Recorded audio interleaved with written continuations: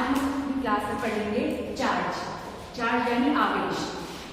आवेश या चार्ज आपने देखा होगा, कई बार आपने छोटे पे किया होगा एक्सपेरिमेंट्स में। क्या करते हैं आप एक स्केल लेते हैं, स्केल को अपने बालों पे रब करते हो, रब करने के बाद उसको नीचे कागज के टुकड़े के पास लेके जाते हो, तो क्या होता है वो कागज के टुकड़े उस पर चिपकने लगते हैं। अब ये होता ऐसा क्यों है? क्योंकि उस पर एक आवेश उत्पन्न हो जाता है, वो चार्ज प्रोड्यूस हो जाता है। इसमें होता क्या है कि जब आप रगड़ते हो तो क्या होता है कि कुछ इलेक्ट्रॉन आपके बालों और जो आपका स्केल होता है उसमें अदला बदली हो जाती है, जिसकी वजह से आपका आवेश उत्पन्न होता है। ठीक से हम इस तरीके से डायग्राम से देख सकते हैं। ये आपका परमाणु का डायग्राम है। परमाणु ये आपका सोडियम परमाणु का डायग्राम है। अब परमाणु का आपने मॉडल पहले ही पढ़ा होगा, जिसमें हमने पढ़ा था कि जो आपका बीच में होता है नाभिक, ठीक है, नाभिक मतलब न्यूक्लियस। इसमें आपके प्रोटॉन और न्यूट्रॉन दो चीजें होती है। इसके चारों तरफ आपकी कक्षाएं होती हैं। कक्षाएं, इनमें क्या होता है, कक्षाएं या शेल में आपके इलेक्ट्रॉन जो है वो नाभिक के चारों तरफ घूमते रहते हैं, ठीक है। अब इसमें हमारा जो प्रोटॉन है और न्यूट्रॉन है ये दोनों आपके नाभिक में है और इलेक्ट्रॉन इसके चक्कर लगा रहा है, ठीक है। तो अब होता क्या है कि इनमें आपका प्रोटॉन में, न्यूट्रॉन में और इलेक्ट्रॉन में आवेश होता है तो खुद का पहले से। जैसे इलेक्ट्रॉन का आवेश आपका नेगेटिव होता है, प्रोटॉन का आवेश आपका पॉजिटिव होता है और न्यूट्रॉन का आपका आवेश 0 होता है, माने 0, ठीक है। तो अब न्यूट्रॉन का तो 0 हो गया, बचा केवल इलेक्ट्रॉन और प्रोटॉन। तो इसमें हमारा क्या होता है कि हमेशा किसी भी तत्व में अगर उसमें कोई आवेश नहीं है तो उसमें इलेक्ट्रॉन की संख्या और प्रोटॉन की संख्या दोनों बराबर होती है, ठीक है।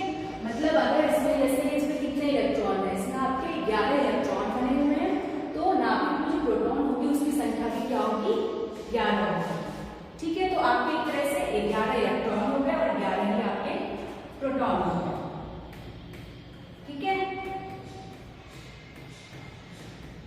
मतलब आवेश इस पे 11 माइनस आवेश और 11 ही प्लस आवेश, ठीक है। तो टोटल मिला के क्या हो जाएगा, 11 प्लस 11 0 मतलब 0, ठीक है। तो इस तरीके से किसी तत्व पे पहले से ही कोई आवेश नहीं होता है। अगर किसी तत्व में कोई आवेश उत्पन्न हो रहा है तो उसमें क्या होता है, आपके जो इलेक्ट्रॉन होते हैं ये कक्षा से या तो बाहर जाते हैं या कोई एक्स्ट्रा इलेक्ट्रॉन इसमें आ जाता है। मतलब इलेक्ट्रॉनों की संख्या बदलने पर ही आपका किसी भी चीज में, किसी पदार्थ में आवेश उत्पन्न होता है, ठीक है। तो इससे अभी तक हमने इतना पढ़ा कि आपके जो परमाणु होता है उसमें आपका प्रोटॉन, न्यूट्रॉन और इलेक्ट्रॉन 3 चीजें होती हैं, ठीक है। अब तो प्रोटॉन और इलेक्ट्रॉन आपके दोनों यही आवेश वाले पदार्थ होते हैं। उसमें प्रोटॉन आपका है इससे प्लस होता है, इलेक्ट्रॉन पे नेगेटिव होता है, दोनों मिलाकर आपके 0 आवेश होता है। अब अगर किसी तत्व में इलेक्ट्रॉन की संख्या आपकी ज्यादा होगी, ठीक है, तो इलेक्ट्रॉन की संख्या बढ़ने पे क्या होगा, प्रोटॉन की संख्या कम हो गई। अब इलेक्ट्रॉन, मान लो अगर कि आपका पदार्थ क्लोरीन है जैसे, इस पे आपकी इलेक्ट्रॉन की संख्या ऐसे सत्तर होगी, इलेक्ट्रॉन और प्रोटॉन की संख्या 70। अब इसमें क्या किया हमने एक इलेक्ट्रॉन से बढ़ा दिया, तो क्या हो जाएगा, 18 इलेक्ट्रॉन हो जाएंगे, लेकिन प्रोटॉन तो 17 के 17 ही रहेंगे। अब क्या होगा, इलेक्ट्रॉन ज्यादा हो गया एक और प्रोटॉन एक कम हो गया। इलेक्ट्रॉन का आवेश हमारा क्या था, माइनस। अब जो हमारा क्लोरीन होगा उस पर कौन सा आवेश आ जाएगा, -1, ठीक है। मतलब एक इलेक्ट्रॉन ज्यादा तो एक माइनस में इलेक्ट्रॉन आवेश बढ़ जाएगा। इसी तरीके से अगर हम कोई एक इलेक्ट्रॉन निकालते हैं तो इलेक्ट्रॉन के निकलने पे आपका जो आवेश आता है वो आपका प्लस आवेश आता है, ठीक है। इलेक्ट्रॉन जब निकलता है तो क्या होता है, प्रोटॉन ज्यादा हो जाएगा, एक इलेक्ट्रॉन कम हो गया, आवेश आपका प्लस आ जाएगा। अब हम सोडियम का देखेंगे एक बार करके। सोडियम में क्या होता है आपका, सोडियम में आपके 11 इलेक्ट्रॉन होते हैं और 11 ही प्रोटॉन होते हैं, ठीक है। अब 11 इलेक्ट्रॉन होते हैं तो उसमें क्या होगा, जब एक इलेक्ट्रॉन इसमें से बाहर निकलेगा तो कितना बच जाएगा, 10 इलेक्ट्रॉन हमारे बच जाएंगे और प्रोटॉन आपके 11 के 11 ही रहेंगे। अब इसके बाद क्या होगा, आपके अगर हम इसमें आवेश निकालना चाहें तो क्या होगा, 10 इलेक्ट्रॉन है और 11 प्रोटॉन है, एक प्रोटॉन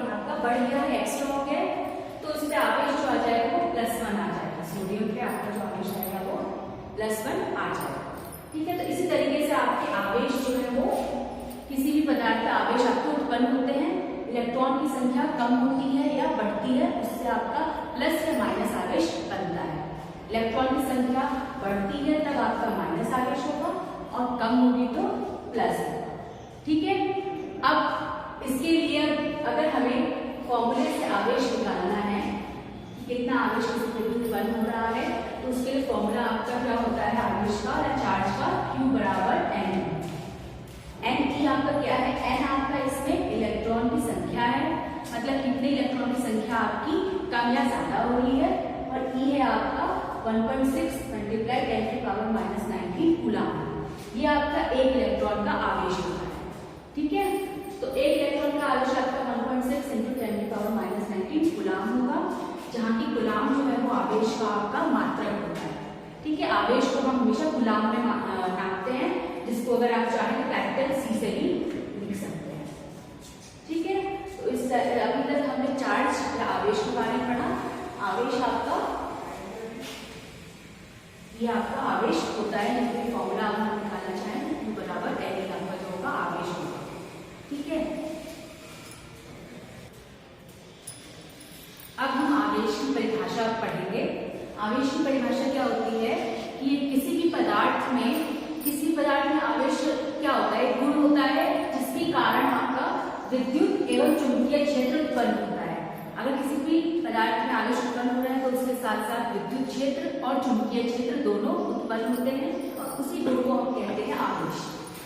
आवेश का मात्रक हमारा कूलम होता है, जिसको हम इंग्लिश में कूलम बोलते हैं नॉर्मली।